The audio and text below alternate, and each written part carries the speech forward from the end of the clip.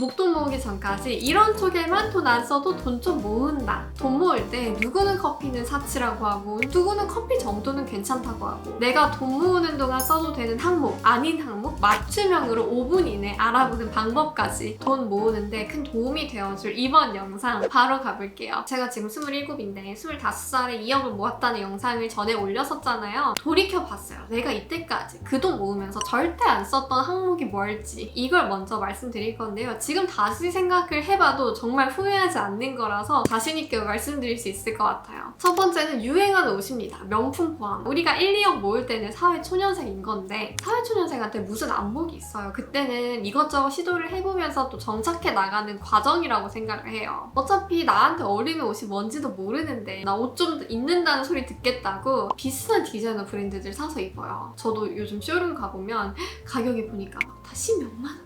이 가격표 쓱 보고서 쓱 내려놓고 이제 다시 돌아오는 쇼룸들이 꽤 있는데 저보다 딱 봐도 나이 어려 보이는 친구들이 진짜 많아요. 유행이 정말 빨리 바뀌죠. 최근까지 나 옷 좀 잘 입는다 하는 분들 보면은 레이어드 그거 많이 하잖아요. 그게 뭐예요? 티 한 장 정도 사면 딱 될 것을 뭘 하나 더 사야 돼. 모두 다 추가 비용이다. 근데 그런 거 유행 지나고 안 어울리게 되면은 결국 나중에 다 버리더라고요. 저는 1억을 모은 이후에도 비싼 좀 유행 타는 옷들을 잘 안 사 입었는데요. 그 이유가 그쯤 되니까 내 통장에 1억 있어. 옷을 입으면서 이렇게 나를 예쁘게 뽐내는 것보다 내 통장이 예뻐지는 걸 보는 게 더 좋아. 이런 생각이 있었던 것 같아요. 그래도 이제 1억을 모을 때까지는 스멀스멀 무력이라는 게 자꾸 올라와가지고 헤비 이런 책 읽으면서 많이 마음을 눌렀었는데요. 진짜 오히려 1억 이후부터 더 그런 감정이 많이 없어졌어요. 명품 같은 것도 제가 아직 산 적이 없어요. 저도 뭐 여자고 눈이 있으니까 당연히 명품이 예쁘지. 제가 서울에 집도 딱 마련을 하면 그때부터는 이제 명품 같은 거에도 조금씩 관심을 가질 수도 있을 것 같은데 우선순위가 있잖아요. 경제적인 기반이 갖춰지고 나서 뭘 하는 걸 최우선적으로 생각하는 사람이라 아직은 안 샀어요. 그런데 제가 그 당시에도 참 예뻐 보이던 명품 목걸이가 있었어요. 그게 지금 다시 이제 보면은 너무 촌스러운 거죠. 그때 안 사길 너무 잘했다. 그런데 제가 여러분들한테 명품 사지 마세요 라고 하면 어차피 살 분들은 다 살 거거든요. 그래서 하나 꿀팁을 드릴게요. 유튜브에도 보면 채널 특성상 명품 소비를 또 많이 하시는 분들이 계시잖아요. 특히 뭐 뷰티나 패션 쪽이 그런 것 같은데 그런 분들이 요즘은 명품 후회템들도 제작을 하더라고요. 후회하는 이유를 같이 말해줘요. 사놓고 보니 평소 내가 입는 이 룩이랑 안 어울려서 또 잘 안 들게 된다. 신발이 좀 나랑 안 맞는다. 불편하다. 가방을 샀는데 너무 조그만 해가지고 수납에 완전 꽝이다. 이런 다양한 이유들이 있더라고요. 그래서 내가 강하게 어떤 명품 제품을 사고 싶을 때 그런 영상들 보면서 내가 구매하려고 하는 그 명품 제품은 이분들이 후회한다는 그 사유에 해당하지 않을까. 이런 것들을 한 번 더 허들을 두고 고민을 해보면 조금 더 합리적인 소비를 할 수 있지 않을까 싶습니다. 두 번째는 인테리어예요. 저는 돈 모으는 동안 자취를 했으니까 인테리어에도 당연히 돈을 쓸 수가 있었는데요. 저는 100만 원은 무슨 50만 원도 안 썼을 거예요. 그리고 아직도 그거를 잘했다고 생각하는 이유는 이겁니다. 화이트우드, 미드센추리, 컨템포러리 등 다양한 인테리어 스타일들이 있잖아요. 다음에 이사 가면 또 바꾸고 싶고 그러면 내가 기존에 맞춰놨던 소품이나 책상, 의자 이런 게 다 안 어울리는 거예요. 다 바꿔야 되는 거죠. 처음에는 화이트우드가 예뻤는데 요즘에는 미드센추리가 예뻐요. 그런데 제가 이런 옵션을 가진 집으로 이사를 가면 또 머리 아프죠. 결국 이 인테리어 스타일을 1년, 2년마다 바꾸면서 산다면 결국 인테리어도 그 순간을 위한 소비 중에 하나가 될 뿐이라고 생각해요. 되게 일시적인 거죠. 제가 자취를 하면서 느끼는 경험은 인테리어는 돈이 좀 더 많이 생긴 다음에 해도 늦지 않다. 저는 가구 쇼룸 보러 다니고 아니면 일본 같은 데 가면 꼭 들리고 인테리어 잘하는 분들 룸투어 영상도 보면서 이렇게 제 안목을 가꿔나가고 있거든요. 볼 때마다 드는 생각이 나도 진짜 나중에 정말 좋은 걸로 사야겠다 이런 생각 들더라고요. 괜히 애매한 거를 사고 싶지가 않아요. 그래도 제가 좀 이제 보여지는 직업이기도 하다 보니까 인테리어를 아예 안 하고 살 수는 없었는데요. 인테리어용 소품을 지금 이 집에 하나도 들이지 않았고요. 소파랑 TV 이런 거는 그냥 가져가면 되는 거 되게 무난한 템들로 다 골랐어요. 그리고 진짜 찐 인테리어는 자가를 가면 할 예정입니다. 그래도 자취 초반에 이렇게 단순 협찬 해주신다는 업체들이 많이 계셨어요. 그래서 이제 룸투어 때 이제 단순 제공을 받았다라는 표기를 하고 인테리어를 그래도 조금은 했던 것 같습니다. 근데 이런 보여지는 직업 아니었으면 저는 그마저도 아예 안 했을 것 같아요. 세 번째는 비싼 주거비. 단 제가 싼 주거비를 차지할 때 요거만큼은 꼭 챙겼습니다. 제가 월세에 큰 돈을 안 들이면서 살았다는 거는 아마 많은 분들이 알고 계실 거예요. 제 영상들에 많이 있잖아요. 오늘은 그런 거 말고 제가 꼭 챙겼던 기준에 대해 말씀을 드릴 건데요. 바로 역세권일 것, 그리고 버스 정류장도 가까울 것. 저는 제가 돈을 한참 모을 때 차를 안 산 걸 참 다행이라고 생각하는데요. 차 생각이 1도 안 났던 이유가 뚜벅이로 다니기 너무 좋았던 환경이어서 그랬어요. 차량 유지비가 감당이 안 돼요. 돈 모을 때. 택시비는 뭐 더 말이 안 되고. 그래서 여러분들도 저렴한 월세를 구하되 역세권 아니면 버스 정류장이랑 가까운 곳을 구하시는 거를 추천드릴게요.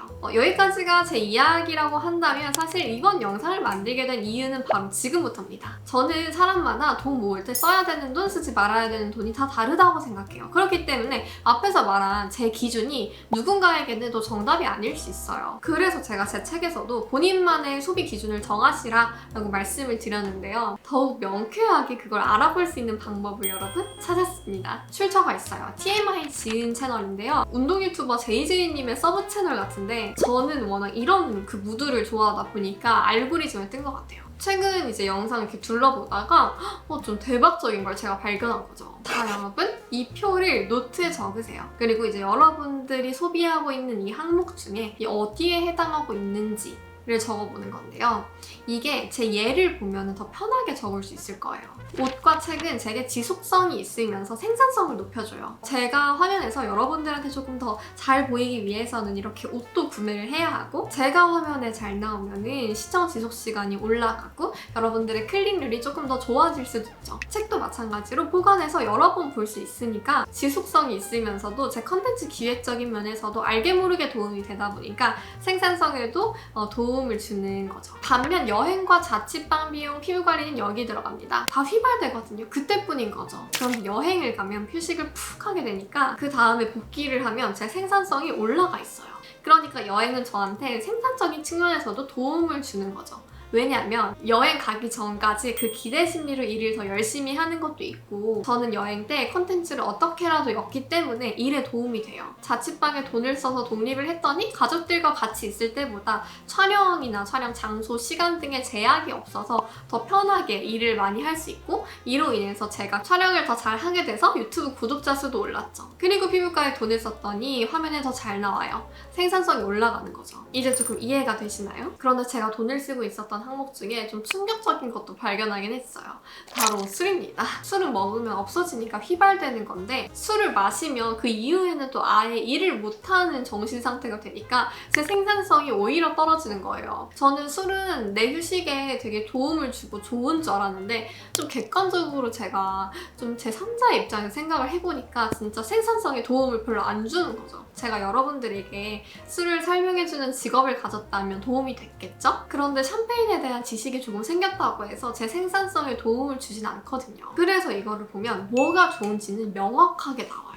오른쪽에 있는 건 좋고 왼쪽에 있는 거는 내 소비를 진지하게 고민을 해봐야 되는 거예요. 아니면 왼쪽에 있는 거를 오른쪽으로 끌어오기 위해서 내가 어떤 것들을 추가하면 될지를 고민을 해봐야 된다는 거죠. 그래서 이런 거예요. 커피를 스타벅스에서 매일 사 먹는다. 저에게는 그게 생산성 측면에서 도움이 되지 않아요. 저는 커피를 안 마셔도 안 피곤해요. 그래서 저는 스벅커피가 필요가 없죠. 커피를 먹어야만 피곤이 가시는 분들은 카페인 섭취 좋다 이거예요. 그런데 그게 그 비싼 스벅이어야 되는지는 고민을 해봐야 된다는 거죠. 취미로 카메라를 산 분들은 그 카메라가 내 일, 내 생산성에 도움이 되진 않아요. 그러면 어떡해요? 카메라를 너무 사고 싶으면 그 카메라를 통해서 수익 창출할 수 있는 방법을 함께 고안을 해서 그 카메라를 사는 행위 자체가 일에 생산성을 주는 내 소득이 조금 올라가는 데 도움을 주는 걸로 바꿔보자는 거예요. 그래서 저는 최근에 친한 크리에이터 지인들이 제 집에 왔을 때 그걸 이렇게 적어보게 했어요.